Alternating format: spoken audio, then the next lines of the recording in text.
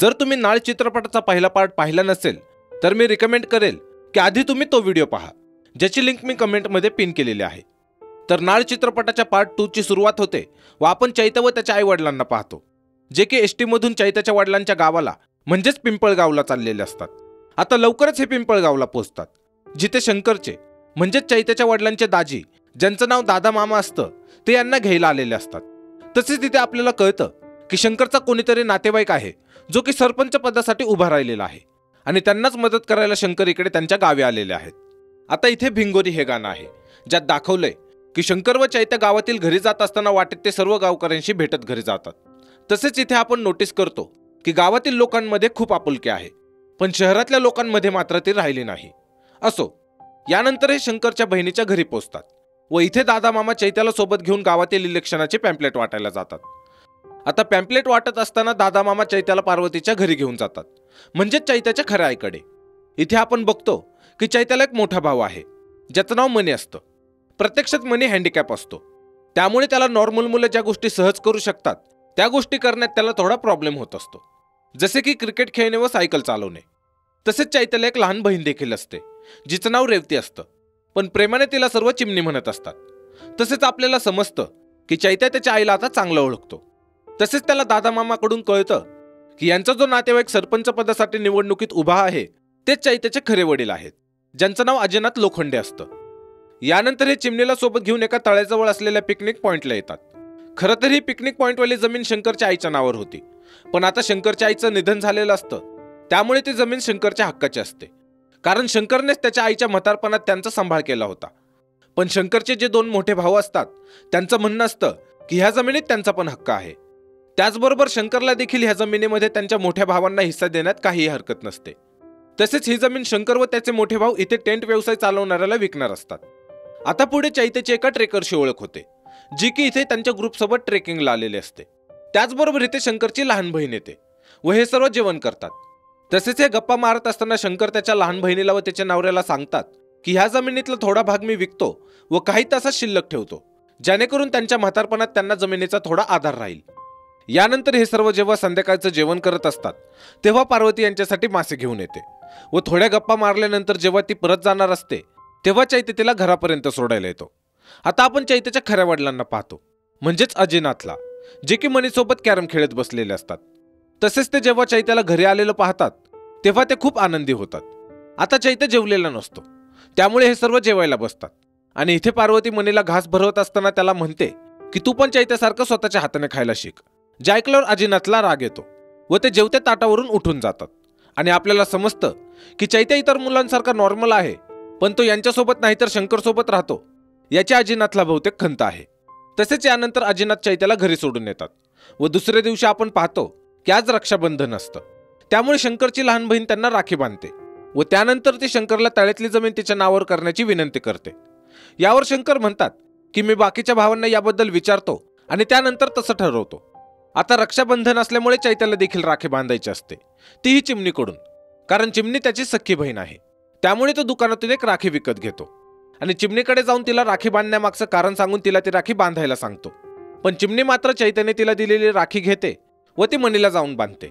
आता यामुळे चैत्याला खूप वाईट वाटतं, कारण चिमणी फक्त मनीलाच तिचा भाऊ मानते। पुढे चैत्या पुन्हा दुकानात राखी खरेदी करायला जातो, पण यावेळी त्याच्याकडे राखी घेण्यासाठी पूर्ण पैसे नसतात, त्यामुळे तो तिथल्याच दुकानातील मुलीला विचारतो की तुझा कोणी भाऊ नाही का? यावरती चैत्याला नाही म्हणून सांगते। आता यामुळे चैत्य त्या मुलीचा भाऊ बनून तिच्याकडून राखी बांधून घेतो व तीच राखी आता तो पुन्हा चिमणीकडून बांधून घेणार असतो। पण चैत्य जेव्हा चिमणीच्या घरी जातो तेव्हा तिथे त्याला कळतं की सर्वजण पार्वतीच्या म्हणजे चैत्याच्या खऱ्या आईच्या माहेरी गेलेले आहेत। यानंतर चैत्य पुन्हा संध्याकाळी चिमणीच्या घरी जातो, पण तो पाहतो की चिमणी झोपलेली आहे। तसेच रक्षाबंधनाचा दिवस संपल्यामुळे चैत्याला वाटत असतं की चैत्याकडे चिमणीच्या हातून राखी बांधण्याची जी संधी होती ती त्याने गमावली। पण पार्वती त्याला सांगते की अजून एक आठवडा भाऊ त्याच्या बहिणीकडून राखी बांधून घेऊ शकतो, असं काही नाही की आजच राखी बांधायला हवी। आता हे ऐकल्यावर चैत्य खूप खुश होतो व पुन्हा घरी येतो। पुढे दुसऱ्या दिवशी मनी जेव्हा शाळेत चाललेला असतो तेव्हा तो सायकलवरून खाली पडतो। खरं तर त्याला सायकल चालवता येत नसते, पण तरी सुद्धा तो प्रयत्न करत असतो। तसेच एवढ्यात तिथे चैत्य येतो आणि तो आता मनीला सायकलवर बसून त्याला शाळेत सोडणार असतो।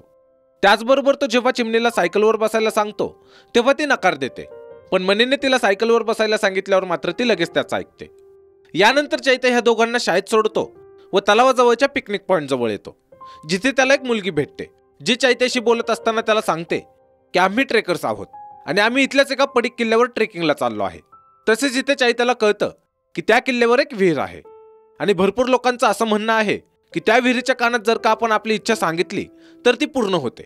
पुढे दाखवतात की शंकरच्या भावांना जेव्हा हे कळतं की त्यांची बहीण जमिनीमध्ये हिस्सा मागत आहे, तेव्हा ते तिला जमिनीमध्ये हिस्सा देण्यास नकार देतात. तसेच शंकर त्यांना सांगतो की आता नवीन कायदा आला आहे, जेणेकरून मुलींना देखील जमिनीत वाटा द्यावा लागतो. तसेच इथे आपल्याला कळतं की यापूर्वी या भावंडांच्या वडिलांच्या नावाची जी जमीन होती ती फक्त या तिघा भावांनीच वाटून घेतली होती आणि आता जी यांच्या आईच्या नावाची जमीन आहे तिच्यावर फक्त शंकरचाच हक्क आहे. तरी देखील ते या जमिनीमध्ये त्यांच्या भावांना व बहिणीला हिस्सा देत आहेत. आता इकडे चैत्य ठरवतो की तो चिमणीशी मैत्री वाढवणार, ज्यासाठी त्याला चिमणीसोबत जास्तीत जास्त वेळ घालवावा लागणार असतो, जेणेकरून ती मनीसोबतच चैत्याला देखील तिचा भाऊ मानायला लागेल. तसेच चैत्य जेव्हा गावात फिरत असतो तेव्हा चैत्याची मानलेली बहीण त्याला त्यांच्या गावातील क्रिकेट टीममध्ये नवीन खेळाडू म्हणून घेते. तसेच चैत्य इथे खूप चांगला क्रिकेट खेळतो, ज्यामुळे चैत्य गावातील सर्व मुलांचा चहेता बनतो. पुढे आपण पाहतो की चैत्याने नोटीस केलेलं असतं की मनी इतर सामान्य मुलांपेक्षा वेगळा असल्यामुळे गावातील सर्व मुलं त्याला नेहमी चिडवत असतात. त्यामुळे चैत्य ठरवतो की तो मनीला त्या सर्व गोष्टी शिकवणार जे इतर मुलं सहज करू शकतात, जसे की सायकल चालवणे व क्रिकेट खेळणे, ज्यामुळे सर्व मुलं मनीशी नीट वागतील व त्याच्यासोबत घुळून मिसळून राहतील. त्याचबरोबर इथे गोडी ही दोस्तीची हे गाणं आहे, ज्यात दाखवलं आहे की चैत्य मनीला वेगवेगळे खेळ खेळायला शिकवतो व तसेच सरपंच पदासाठी सर्व गावकरी मतदान करतात. आता हे गाणं संपतं व त्यानंतर दाखवतात की अजिनाथ ही निवडणूक जिंकले आहेत आणि आता ते ह्या गावाचे नवीन सरपंच आहेत. तसेच संध्याकाळी अजिनाथ निवडून आल्यामुळे यांचे सर्व नातेवाईक जेव्हा अजिनाथच्या घरी जेवणासाठी जमतात तेव्हा पार्वती शंकरच्या बहिणीला म्हणते की भावांच्या विरोधात जाऊन तू जमिनीमध्ये हिस्सा का मागत आहेस, ज्यावर ती सांगते की तिला वाटत होते की सर्वांना जमीन आहे तर त्यातली थोडी जमीन हे भाऊ तिला पण देतील, पण ह्यामुळे या बहीण भावांमध्ये एवढे वाद होतील याची कल्पना तिला देखील नव्हती. तसेच हे सर्व जमिनीचं प्रकरण अजिनाथला देखील कळतं व शंकरशी त्यांचं बोलणं झाल्यावर त्यांना देखील समजतं की शंकर आज सुद्धा त्यांच्या भावांना व बहिणीला त्यांच्यापासून लांब समजत नाहीत, पण यांचे दोन्ही भाऊ मात्र यांच्यापासून स्वतःला वेगळे मानत आहेत. यानंतर चैत्य, चिमणी व मनी जेव्हा झोपणार असतात तेव्हा पार्वती त्यांना त्याच डोंगरावरच्या विहिरीची गोष्ट सांगते, ज्यात ती सांगते की तुम्ही जी इच्छा त्या विहिरीला सांगता तेव्हा त्या विहिरीतील बेडूक ती इच्छा ढगांना सांगतो व त्या ढगांमधून पडणारा पाऊस ज्या व्यक्तीसाठी ती इच्छा आहे त्या व्यक्तीच्या अंगावर पडून तुमची इच्छा त्या व्यक्तीच्या मनापर्यंत पोहोचवतो. यानंतर यांच्या गावात क्रिकेटची मॅच असते, त्यामुळे चैत्य इथे मनीला देखील घेऊन येतो. तसेच त्याने मनीला क्रिकेट खेळायला शिकवलेलं असतं, त्यामुळे तो मनीला किपरिंग करायला लावतो व मनी देखील खूप छान किपरिंग करतो. तो 2 मुलांना आउट पण करतो, ज्यामुळे गावातील सर्व मुले आता मनीला प्रोत्साहित करायला लागतात. तसेच मनीला देखील खूप छान वाटतं, कारण आजपर्यंत गावातील मुले त्याला फक्त चिडवतच होती, पण आज मात्र सर्व त्याची वाहवा करायला लागलीत. आता यांच्यातच एक मुलगा असतो ज्याला समजलेलं असतं की तो मनीमुळे आउट होऊ शकतो, म्हणून तो चिडून खेळायला लागतो, ज्यामुळे मनीला नीट किपरिंग करता येत नाही व यांची टीम हारण्याच्या स्थितीवर येऊन पोहोचते. आता सर्व मुले यासाठी मनीला जबाबदार ठरवतात, कारण त्याच्यामुळे समोरच्या टीमचा स्कोर खूप वाढला आहे, ज्यामुळे सर्वजण त्याच्यावर खवळायला लागतात. आता मनीला यांचा राग येतो व तो चैत्यावर खवळून तिथून निघून जातो, कारण चैत्यच त्याला त्यांच्यासोबत खेळायला घेऊन आला होता. त्याचबरोबर पुढे चैत्याची टीमची बॅटिंग येते व चैत्य त्यांच्या टीमला मॅच जिंकून देतो, पण सर्व मुले मॅच जिंकण्याचा जल्लोष करत असताना चैत्य मात्र तिथून निघून जातो, कारण त्याने मनीला या मुलांसोबत मिसळवण्याचा खूप प्रयत्न केला होता, पण त्याला ते जमलं नाही. तसेच इकडे आपण शंकर व त्यांच्या भावांना गावातील पंचायतमध्ये पाहतो.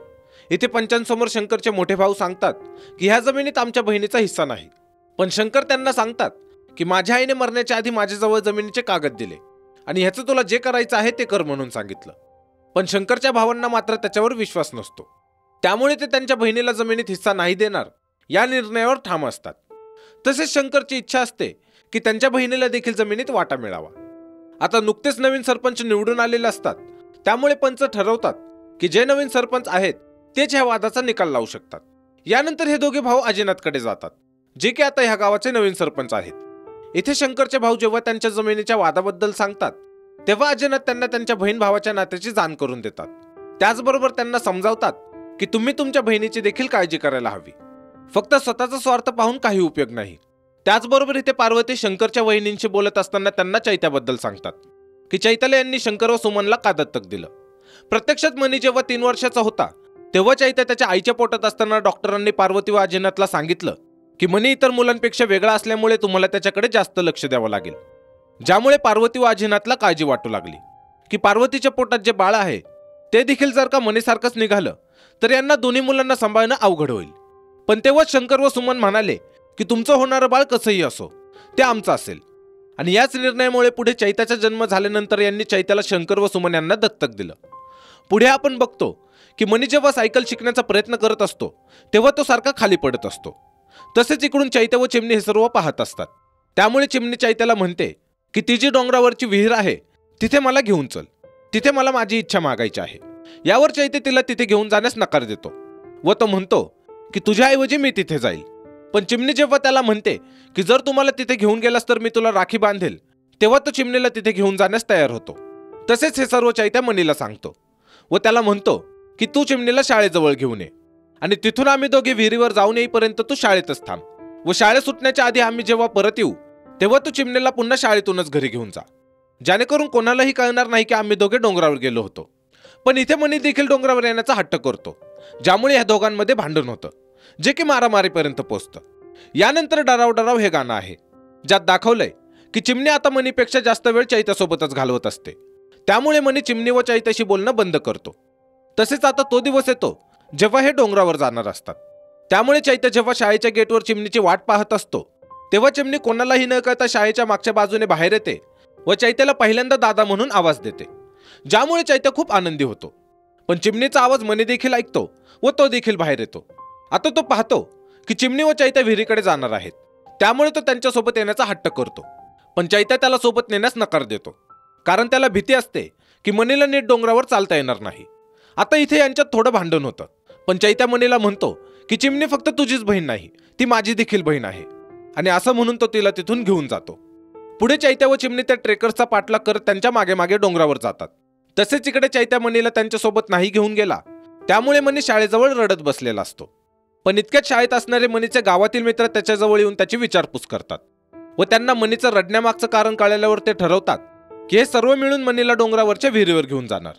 आता हे सर्व जेव्हा डोंगरावर जात असतात तेव्हाच तिकडे गावात अजिनाथच्या ऑफिसमध्ये शंकर व त्यांच्या भावांच्या जमिनीच्या वादावरती चर्चा सुरू असते. पण इतक्या तिथे दोन गावकरी येऊन त्या सर्वांना सांगतात की गावातील काही मुले व सरपंची मुलं डोंगरावर गेली आहेत. आता हे कळल्यावर तिथे असलेले सर्व लोक सरपंचला सोबत घेऊन डोंगराच्या दिशेने जातात. तसेच इकडे आपण पाहतो की चैत्य व चिमणी डोंगरावर गेल्यानंतर एका ठिकाणी येऊन रस्ता चुकतात. पण तेवढ्यात तिथे गावातील बाकीची मुले मनीला सोबत घेऊन येतात व पुढे हे सर्व विहिरीजवळ पोहोचतात. आता विहिरीजवळ पोहोचल्यावर चिमणी विहिरीला तिची इच्छा सांगते की माझ्या मोठ्या दादाला व छोट्या दादाला आत्ता जसे आहेत तसेच ठेव. तसेच चैत्य व मनी विहिरीजवळ त्यांची इच्छा सांगतात की जी चिमणीची इच्छा आहे तीच आमची देखील इच्छा आहे. आता इथपर्यंत येण्याच्या प्रवासात चैत्य व मनी मधील सर्व वाद संपलेले असतात. तसेच गावातील मुले देखील आता मनीला त्यांच्यासोबत सामील करून घेतात व पुढे हे सर्व तिथेच जवळ असलेल्या झोक्यावर खेळायला लागतात. आणि इतक्यात गावातील सर्व लोक यांना शोधत तिथे येतात. आता चैत्य मनीला व चिमणीला इथे एवढ्या लांब डोंगरावर घेऊन आला, त्यामुळे शंकर त्याला मारायला लागतात. पण तेवढ्यात आधी मनी त्यांच्या समोर येतो व चैत्याला मारण्यापासून थांबवतो. पण शंकर त्याला बाजूला करून चैत्याला पुन्हा मारायला लागतात. तसेच हे सर्व चिमणीला बघवत नाही व ती यांच्या मध्ये येते आणि शंकरला सांगते की यात चैत्याची काहीही चूक नाही, मीच त्याला म्हणाले होते की मला विहिरीवर घेऊन चल. आता आपल्या दोन्ही भावांना शंकरच्या मारापासून वाचवण्यासाठी त्यांची लहान बहीण मध्ये आलेली पाहून तिथेच असलेल्या शंकरच्या मोठ्या भावांना त्यांच्या बहिणीची आठवण येते. तसेच त्यांना समजतं की आजपर्यंत हे चौघे भाऊ खूप अडथळ्यांना सामोरे जात लहानाचे मोठे झाले आहेत, पण आता मोठे झाल्यावर मात्र हे त्यांच्या बहिणीला दूर करत चालले आहेत. तसेच आपल्याला त्यांच्या जमिनीचा वाटा नक्की कसा होतो हे दाखवलेलं नाही. आता इथून हे सर्व घरी जात असताना चैत्य चिमणीला त्यांच्यासोबत त्यांच्या गावाला चल म्हणतो, ज्यावर चिमणी म्हणते की माझ्या आई मला येऊ देणार नाही. तसेच चैत्य तिला सल्ला देतो की तू जर का रडलीस तर तुझी आई तुला आमच्यासोबत पाठवेल, ज्यावर चिमणी म्हणते की मला रडता येत नाही. त्याचबरोबर पुढे आपण पाहतो की चैत्याच्या वडिलांची गावातील सर्व कामे झालेली असतात, त्यामुळे चैत्य व त्याचे आई वडील पुन्हा घरी चाललेले असतात. तसेच इथे चैत्य चिमणीला रडायला सांगतो, पण चिमणी काही केल्यावर रडत नाही. त्याचबरोबर हे सर्वांचा निरोप घेऊन जेव्हा गावातून जाण्यासाठी निघतात तेव्हा चिमणी पळत जाऊन घरातून चैत्याला बांधण्यासाठी राखी घेऊन येते. पण तोपर्यंत हे सर्व तिथून दूर गेलेले असतात. पण पुढे आपण पाहतो की मनी चिमणीला सायकलवर बसून हे सर्व ज्या गाडीने जात असतात त्या गाडीपर्यंत पोहोचतो. तसेच चिमणी अखेर चैत्याला राखी बांधते, ज्यामुळे चैत्य खूप आनंदी होतो. आणि मनी जेव्हा पुन्हा घरी येतो तेव्हा पार्वती व अजिनाथ मनीला इतर मुलांसारखं सायकल चालवताना पाहून ते देखील खूप आनंदी होतात. व ह्याच हॅपी एंडिंग सोबत हा चित्रपट इथेच संपतो.